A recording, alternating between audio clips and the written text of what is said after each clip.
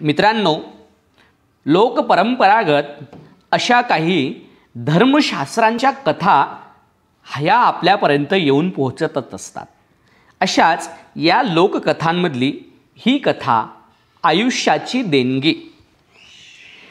मुकुंद ऋषी आणि त्यांची पत्नी मरुदमती हे भगवान शंकरांचे निस्सीम भक्त होते. एक दिवस त्यांनी शंकरांची अत्यंत मनोभावे प्रार्थना केली. मग भगवान शंकर त्यांच्यासमोर प्रकट झाले. भगवान शंकर म्हणाले, सांगा तुमची काय इच्छा आहे.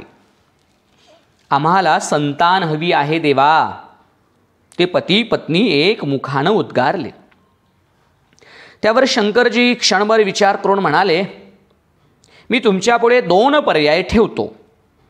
एक तर तुम्हाला अत्यंत बुद्धिमान व सद्गुणी पुत्र प्राप्त होईल, परंतु तो केवळ 16 वर्षच जगेल. नाहीतर तुम्हाला असा पुत्र होईल जो दीर्घायुष्य असेल, परंतु तो जन्मभर तुमच्यावर ओझं होऊन राहील. पती पत्नी जरा विचारात पडले, पण त्यानंतर म्हणाले, देवा आम्हाला तुम्ही सद्गुणी मुलगा द्या. मग तो अल्पायुषी असला तरी चालेल. दीर्घायुषी व दुर्गुणी दुष्प्रवृत्त मुलगा आम्हाला नको. भगवान शंकर तथास्तु असं म्हणून अंतर्धान पावले. थोड्याच दिवसात मुकुंद आणि मरुदमती या ऋषींना एक सुंदर पुत्र झाला. त्याचं नाव त्यांनी मार्कंडेय ठेवलं. हा मार्कंडेय अत्यंत सद्गुणी होता. एक विद्यार्थी म्हणूनही तो फार बुद्धिमान होता आणि अतिशय कनवाळू स्वभावाचा होता. तो मोठा होऊन भगवान शंकरांचा परमभक्त बनला. एक एक दिवस, महिने व वर्ष भराभर पुढे चालली होती. मुकुंद आणि मरुदमती वरचेवर फार खिन्न उदास होत असत. अरे, आपण भगवान शंकरांकडे अल्पायुषी पुत्र मागून फार मोठी चूक केली असं त्यांना सतत वाटून ते दुःखी कष्टी होत. आपण परमेश्वराकडे संतान प्राप्तीची इच्छा व्यक्त करायला नको होती. मार्कंडेयासारखा सद्गुणी सुस्वभावी मुलगा मिळाल्यावर तो गमावणं हे तर फारच दुःखदायक आहे. ते एकमेकांकडे बघत म्हणत होते, आपल्या मरणाची घटिका जवळ येत चालली आहे. याची मार्कंडेयाला कल्पना होतीच. परंतु जे काही आयुष्य लाभलं आहे ते अगदी सुखा समाधानानं उत्तम तऱ्हेनं व्यतीत करायचं असं त्यानं ठरवलं होतं. तो नित्यनेमानं शंकरांची आराधना करत असे. मार्कंडेयाच्या 16व्या वाढदिवसाच्या दिवशी सकाळी मुकुंद आणि मरुदमती या दोघांनी त्याला घट्ट मिठी मारली. मार्कंडेय त्यांच्याकडे प्रेमाने पाहत म्हणाला, तुमच्याहून अधिक चांगले माता पिता मला कधीच मिळूच शकले नसते.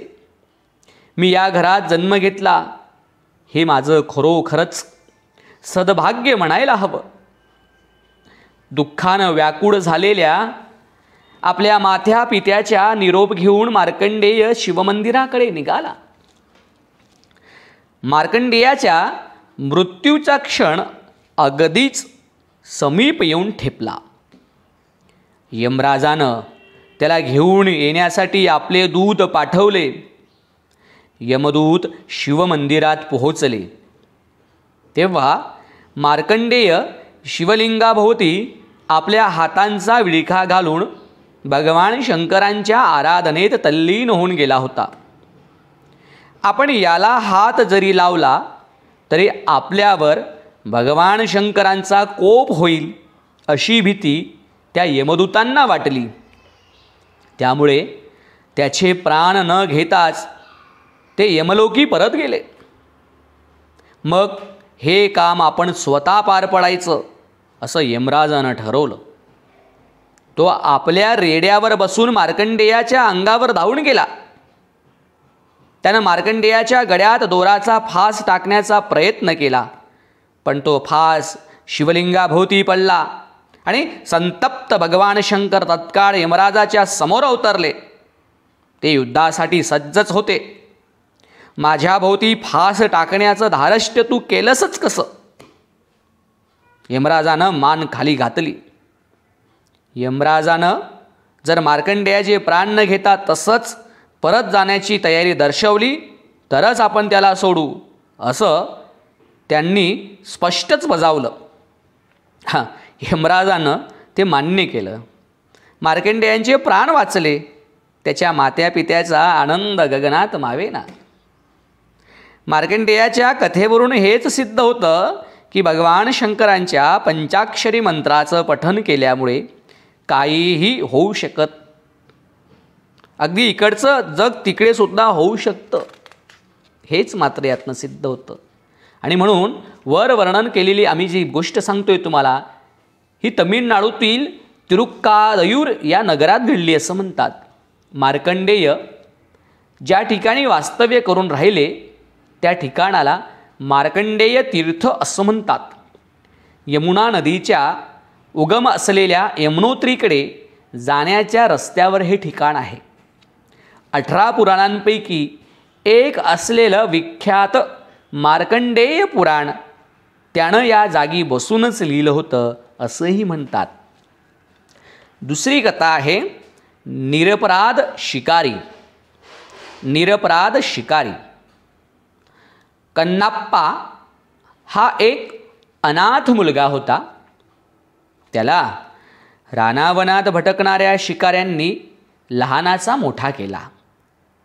तो काही शाळा शिकला नाही, पण शिकार करणं, रानातली फळं खाऊन, नदीचं पाणी पिऊन त्यावर गुजराण करणं हे त्याला माहीत होतं. एक दिवस रानात भटकंती करत असताना तो वाट चुकला. चालता चालता नदीच्या काठी आला. त्याला तिथं एक दगडी इमारत दिसली. तो लोक त्या इमारतीच्या दारातून आत बाहेर करत होते. त्यांच्या हातात फळं, फुलं आणि नारळ होतं. खरं तर ती इमारत म्हणजे एक मंदिर होतं, पण कनप्पानं अजून कधी मंदिर पाहिलंच नव्हतं. त्यामुळे त्यात नक्की काय असेल याची त्याला खूप उत्सुकता वाटत होती. सगळे लोक बाहेर पडून आपापल्या घरी परत जाईपर्यंत तो तिथेच थांबला. अखेर त्याला दारातून एक लहान मुलगा बाहेर येताना दिसला. त्याच्यापाशी काय ती विचारपूस करावी म्हणून कनप्पा त्या मुलाच्या जवळ गेला. कनप्पानं त्याच्या ग्रामीण भाषेत त्या मुलाला असंख्य प्रश्न विचारले. हे काय आहे? इथे ते या गोष्टी आतच का ठेवता आहेत? कनप्पाचा अडाणीपणा पाहून त्या मुलाला आश्चर्याचा धक्काच बसला. त्यानं केलेल्या त्या प्रश्नांच्या सरबत्तीमुळे तो गांगरून गेला, पण तरीही त्यानं आपल्या परीनं त्या प्रश्नांची उत्तरं देण्याचा प्रयत्न केला. हे भगवान शंकरांचं मंदिर आहे. येथे लोक शंकरांना वाहण्यासाठी फुलं फळं घेऊन येतात. लोक भगवान शंकरांची आराधना करतात. आपल्या मनातल्या इच्छा त्यांना सांगतात. मग भगवान शंकर त्या पुऱ्या करतात. हे ऐकून कनप्पाला त्या मंदिरात जावंसं वाटू लागलं. मग तो मुलगा त्याला आत घेऊन गेला. त्यानं कनप्पाला शिवलिंगाविषयी सर्व माहिती सांगितली. कनप्पा निरागसपणे त्या मुलाला म्हणाला, हे शिवलिंग आपल्याला मागू ते देतं का? हो हो हो, सगळे असंच म्हणतात. पण आता खूप अंधार झालाय, मला आता घरी जायला हवंय, असं म्हणून तो कनप्पाला तिथेच सोडून तो मुलगा घरी निघून गेला. कनप्पा थोडासा घाबरतच मंदिरात शिरला. तो एका कोपऱ्यात बसून राहिला. एखादा साधासुधा दगड सर्वांच्या इच्छा कशा काय पुऱ्या करू शकता हे त्याला काही केल्या कळतच नव्हतं. त्यामुळं त्यानं ती गोष्ट स्वतः पडताळून पाहायचं ठरवलं. तो म्हणाला, शंकरा, तुला देण्यासाठी माझ्याकडं फळं फुलं वगैरे काही नाहीत, पण तूच एखादं भक्ष्य माझ्यासमोर आण, मी त्याची शिकार करीन आणि त्यातला अर्धा वाटा तुला देईन. मी अगदी प्रामाणिकपणे हे करेन ना, मी कोणत्याही प्रकारचा खोटेपणा करणार नाही. हो, असं मी तुला वचन देतो. आणि दुसऱ्या दिवशी सकाळी कनप्पा शिकारीला गेला. त्यानं दिवसभर शिकारीच्या शोधात खूप भ्रमंती केली, पण त्याला काही शिकार मिळाली नाही. अखेर तो फार उलटून गेली. कनप्पा निराश झाला. तो भुकेनं कासावीस झाला. आपल्याला मंदिरात भेटलेल्या त्या मुलानं काहीतरी खोटं नाटक सांगितलं असल्याची त्याची खात्री पटली, पण तरीही तो तसाच शिकारीच्या शोधात भटकत राहिला. संध्याकाळच्या वेळी त्याला 2 लहानसे ससे बिळातून बाहेर येताना दिसले. त्यानं त्या दोन्ही सस्यांची शिकार केली. आपण जी काही शिकार करू त्यातील अर्धी शंकराला अर्पण करू असं त्यानं ठरवलेलं असल्यामुळे त्या 2 सस्यांपैकी एक ससा देवाला आणि एक ससा स्वतःकडे तो ठेवायचा त्याने विचार केला.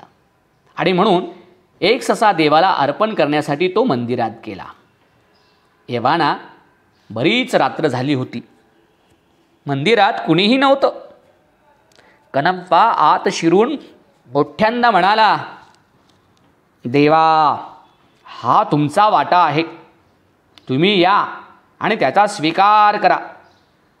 मग तो मंदिरात बसून वाट पाहत राहिला, पण भगवान शंकर काही अवतीर्ण झालेच नाहीत. कनप्पाला एव्हाना फार भूकही लागली होती आणि झोपही आली होती. मग तो मेलेला ससा तिथेच सोडून जायचं त्यानं ठरवलं. जाण्यापूर्वी पुन्हा एकदा भगवान शंकरांनी त्या सशाचा स्वीकार करावा म्हणून त्यानं प्रार्थना केली. दुसऱ्या दिवशी सकाळी शंकरांचे भक्त मंदिरात आले तेव्हा त्यांना शिवलिंगासमोर पडलेला तो ससा दिसला.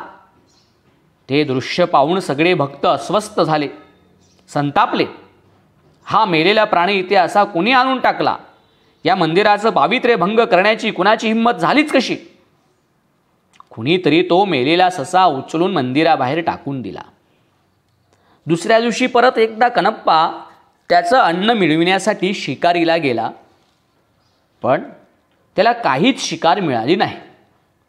भगवान शंकरांना कालचं जेवण आवडले की नाही हे त्यांना विचारायला हवं असा त्याच्या मनात आलं आणि तो मनात हा विचार करून रात्री तो मंदिरात जाऊन बघतो तर काय, त्या रात्री शिवभक्तांचा भला मोठा घोळका तिथे जमला होता. तो महाशिवरात्रीचा दिवस होता, पण त्या बिचाऱ्या अनाथ पोराला त्याची काय कल्पना असणार. एवढ्या लोकांची गर्दी पाहून तो भांबावून गेला आणि घाबरून जवळच्या एका बेलाच्या झाडावर लपून बसला. थोड्याच वेळात त्या झाडावर ताटकळत बसून तो कंटाळला. उगाच काहीतरी चाळा म्हणून झाडाची पानं तोडून खाली फेकू लागला. त्या झाडाच्या खाली एक छोटंसं शिवलिंग होतं. अर्थात कनप्पाला या गोष्टीची काहीच कल्पना नव्हती. बिल्वपत्र त्या शिवलिंगावर पळत होती. एकीकडे मंदिरात महाशिवरात्रीचा उत्सव चालू होता. लोक भजन म्हणत होते, देवाला फळं आणि फुलं अर्पण करून पूजा करत होते. ती भजन कनप्पाला खूप आवडली. मग तो सुद्धा त्या भक्तांच्या सुरात सूर मिसळून ती भजनं गाऊ लागला. जरा वेळानं भक्तांनी पंचाक्षरी मंत्राचा घोष सुरू केल्यावर कनप्पाही तो मंत्र म्हणू लागला, ओम नमः शिवाय, ओम नमः शिवाय. त्यानं शिवलिंगाकडे नीट निरखून पाहिलं. त्याला त्यावर भगवान शंकरांचे लाल लाल डोळे दिसले. भक्तांनी शिवलिंगावर हळद, कुंकू, लहान लहान लाल फुलं वाहिली होती. त्या सगळ्याचा भगवान शंकरांना नक्कीच त्रास हा होत असणार व त्यामुळेच त्यांचे डोळे लालभडक झाले असणार अशी कनप्पाची तर खात्रीच पटली. त्याला भगवान शंकरांविषयी फारच वाईट वाटू लागलं. अरे, आपण काहीतरी करून त्यांना मदत केली पाहिजे असं त्यानं ठरवलं. बिचारे भगवान शंकर इथे या रानात असे एकटे राहतात, त्यांची काळजी घेणारं कोणीसुद्धा नाही असं त्याच्या मनात आलं. समजा त्यांना बरं नाहीचं झालं तर त्यांची सेवा तरी कोण करणार? त्यांच्या भक्तांनी त्यांना जर खायला आणून दिलं नाही तर त्यांना उपाशीच राहावं लागत असेल. ह्या विचारांनी तो फार अस्वस्थ झाला. आदल्या रात्रीच काही भक्त शिवलिंगावर पाणी ओतत असताना म्हणजे अभिषेक करत असताना त्यानं पाहिलं होतं. भगवान शंकरांना नक्कीच थंडी वाजत असणार, नाहीतरी त्यांनी केवळ पानांनीच अंग झाकलाय. कनप्पाच्या मनात विचार चालूच होते. मग त्यानं भगवान शंकरांना विचारलं, देवा, मी तुमची काय सेवा करू? तुम्हाला काही आणून देऊ का? जेवण, औषध पाणी? पण भगवान शंकरांनी त्याला काहीच उत्तर दिलं नाही. अरे बापरे, याचा अर्थ ते खूपच आजारी पडले आहेत. त्यांना माझ्या प्रश्नाचं साधं उत्तरही देणं जमत नाही आहे, कनप्पा स्वतःशीच म्हणाला. मग त्यानं धावत धावत रानात जाऊन काही औषधी वनस्पती, मुळ्या वगैरे उपटून आणल्या आणि त्यांचा लेप तयार करून त्यानं तो शिवलिंगावर दिसणाऱ्या लाल डोळ्यांसारख्या जागी लावला. पण तरी काहीच घडेना. अरे बापरे, हे काय भलतंच घडलं? कदाचित भगवान शंकर अंध झाले असतील, त्यांना काहीच दिसत नसेल. मी जर माझा एक डोळा त्यांना दिला तर त्यांना नक्की दिसू लागेल, त्यांना बरं वाटेल. कनप्पा स्वतःशीच उद्गारला. त्याचं हृदय पवित्र आणि मन निर्मळ होतं. त्यानं मंदिरातला त्रिशूल उचलला. आपला एक पाय शिवलिंगावर आणि दुसरा पाय जमिनीवर ठेवून स्वतःचा नीट तोल सांभाळत त्यानं त्रिशूलाचं तीक्ष्ण टोक स्वतःच्या उजव्या डोळ्यांकडे रोखलं. कनप्पा अशिक्षित, असंस्कृत होता. त्याला कोणतेही मंत्र मुखोद्गत नव्हते. पूजाविधीचं काही ज्ञानही नव्हतं. परंतु त्याच्या मनात अमर्याद शिवभक्ती होती. तो आता आपला डोळा उचकटून काढण्यासाठी त्रिशूळ डोळ्याच्या अगदी जवळ नेतच होता. इतक्यात साक्षात भगवान शंकर आपली पत्नी पार्वती हिच्यासह त्याच्या समोर प्रकट झाले. कनप्पाला शिकार न मिळाल्या कारणानं त्याचा आपोआपच शिवरात्रीच्या दिवशी उपास घडला होता. त्यानं स्वतःच्या नकळत शिवलिंगावर बिल्वपत्र वाहिली होती. पण त्याहीपेक्षा सर्वात महत्त्वाचं म्हणजे त्याचं मन अत्यंत निर्मळ, निष्कपट होतं. त्याच्या हृदयाला स्वार्थीपणाचा स्पर्शही झालेला नव्हता. त्यामुळे शंकरजी त्याच्यावर प्रसन्न झाले.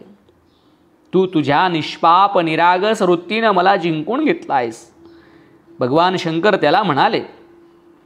लोक माझ्यासमोर वेगवेगळी वचनं देतात, पण एकदा का त्यांची मनोकामना पूर्ण झाली की ते त्या वचनांची पूर्ती करायला विसरतात. त्या उलट तू मात्र तुझ्या बरोबरीच्या माणसांशी जसं वागशील तशाच सद्भावनेनं माझ्याशी वागलास. तुझ्यासारखी माणसं विरळाच असतात. आजपासून तू माझा सर्वात मोठा भक्त म्हणून नावारूपाला येशील आणि तुझं नाव माझ्या नावाशी कायमचं जोडलं जाईल. तुला दीर्घायुष्य प्राप्त होईल. मित्रांनो, आंध्र प्रदेशातील श्रीकलहस्ती नावाच्या गावात हे मंदिर आजही त्या ठिकाणी आहे.